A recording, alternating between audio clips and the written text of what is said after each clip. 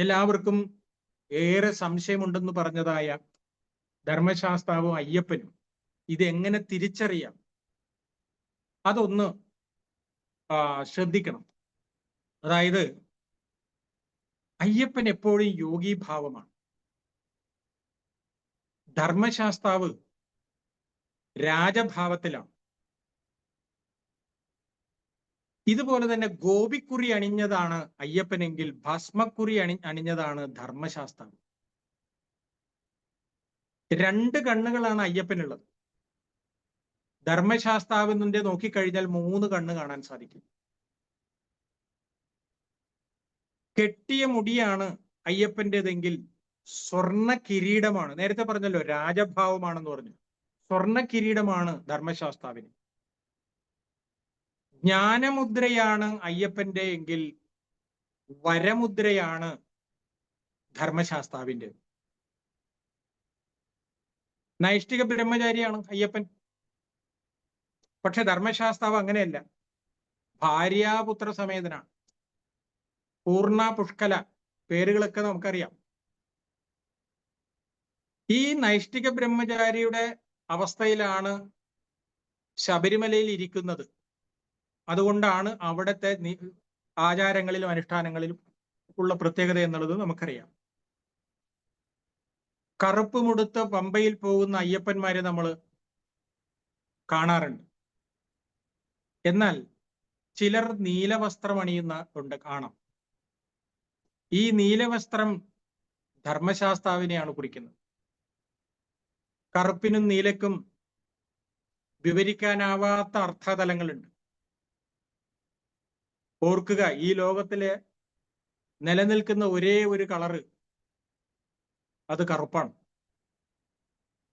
ഈ ലോകത്തിൽ ഇരുട്ടാണുള്ളത്, വെളിച്ചം നമ്മൾ കൊണ്ടുവരികയാണ്. വെളിച്ചം കൊണ്ടുവന്നില്ലെങ്കിൽ ഇരുട്ടാണ്. ഈ കറുപ്പുണ്ടെങ്കിൽ മാത്രമേ മറ്റു വർണ്ണങ്ങൾ നമുക്ക് ചാലിക്കാൻ സാധിക്കൂ. അപ്പൊ കറുപ്പ് അടിസ്ഥാനമായ ഒരു കളറാണ്. ആ കറുപ്പ് അയ്യപ്പൻ്റെതാണ്.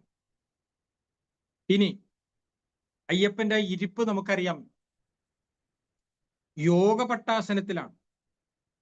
ചിന്മുദ്രാങ്കിത യോഗപട്ടാസനത്തിലാണ് ഇരിക്കുന്നത് എങ്കിൽ ധർമ്മശാസ്താവ് ലൗകികമായ ശൈലിയിലാണ് ഇരിക്കുന്നത്. ഇനി നമ്മൾ യൂട്യൂബിൽ തന്നെ നോക്കിയിട്ട് ചിത്രങ്ങൾ വെച്ചിട്ട് പറയുന്ന കാര്യങ്ങളൊന്നും നോക്കിയാൽ മതിയാവും. അതുപോലെ തന്നെ ഒരു പീഠത്തിലാണ് ഇരിക്കുന്നത് അറിയാം അയ്യപ്പൻ. സിംഹാസനത്തിലാണ് ധർമ്മശാസ്താവ് ഇരിക്കുന്നത്. അപ്പോൾ തുടക്കം മുതൽ പറഞ്ഞ രാജഭാവത്തിന്റെ എല്ലാ കാര്യവും ധർമ്മശാസ്താവിൽ നമുക്ക് കാണാം. പിന്നെ ഏറ്റവും പ്രധാന വ്യത്യാസം വരുന്നത് പുലിവാഹനനാണ് അയ്യപ്പൻ. എന്നാൽ ധർമ്മശാസ്താവ് അശ്വവാഹന കുതിരയിലാണ് സഞ്ചരിക്കുന്നത്. ശബരിമലയിലാണ് അയ്യപ്പൻ കുടികൊള്ളുന്നത്. കൈലാസത്തിലാണ് ശ്രീ ധർമ്മശാസ്താവ് കുടികൊള്ളുന്നത്. കുമാരഭാവമാണ് അയ്യപ്പനെങ്കിൽ യൗവനയുക്തനായ ഭാവമാണ് ധർമ്മശാസ്താവിൻ്റെത്. പച്ചയായ മനുഷ്യാവതാരമാണ് അയ്യപ്പനെങ്കിൽ ധർമ്മശാസ്താവ് ദേവാവതാരമാണ്. ഈ അയ്യപ്പന് ശിവന്റെയും വിഷ്ണുവിന്റെയും ചിഹ്നങ്ങളാണ്, ഹരിയുടെയും ഹരന്റെയും. എങ്കിൽ ധർമ്മശാസ്താവിന് ഏറെയും കാണുന്നത് ശൈവ ചിഹ്നങ്ങളാണ്. ഇങ്ങനെ ഒട്ടേറെ വ്യത്യാസങ്ങൾ പല ആചാര്യന്മാരും ചൂണ്ടിക്കാണിച്ചിട്ടുണ്ട്. ചൂണ്ടിക്കാണിച്ചിട്ട് പറഞ്ഞത് കലിയുഗത്തിലാണ് അയ്യപ്പൻ, അതിനൊക്കെ മുമ്പ് യുഗത്തിലാണ് ധർമ്മശാസ്താവ്. ആ നിലയിൽ വേണം നാം കരുതണം. അതുകൊണ്ട് ഇവ തമ്മിൽ ഭിന്നതയുണ്ട് എന്നുള്ളതല്ല, മറിച്ച് ലയിച്ച് ചേരുകയാണ് ഉണ്ടായത്. അയ്യപ്പൻ യോഗഭാവത്തിൽ എന്താ പറയാ ലയിച്ച് ചേരുകയാണ് ഉണ്ടായത്. ശബരിമലക്ക് പോകുന്ന ഓരോ അയ്യപ്പനും അവിടെ കൊണ്ട് അഭിഷേകം ചെയ്യുന്ന ഏറ്റവും പ്രധാനപ്പെട്ട ഒന്ന് നെയ്യഭിഷേകമാണ്. ആ നെയ്യ് നമ്മുടെ ഓരോരുത്തരുടെയും ആത്മാവ് ആണെന്നതാണ് സങ്കല്പം. ആ തേങ്ങ പൊട്ടിച്ച് ആത്മാവ് ആകുന്ന നെയ്യ് ഭഗവാനിലേക്ക് സമർപ്പിക്കുകയും ശരീരമാകുന്ന ചിരട്ടയുടെ 2 ഭാഗവും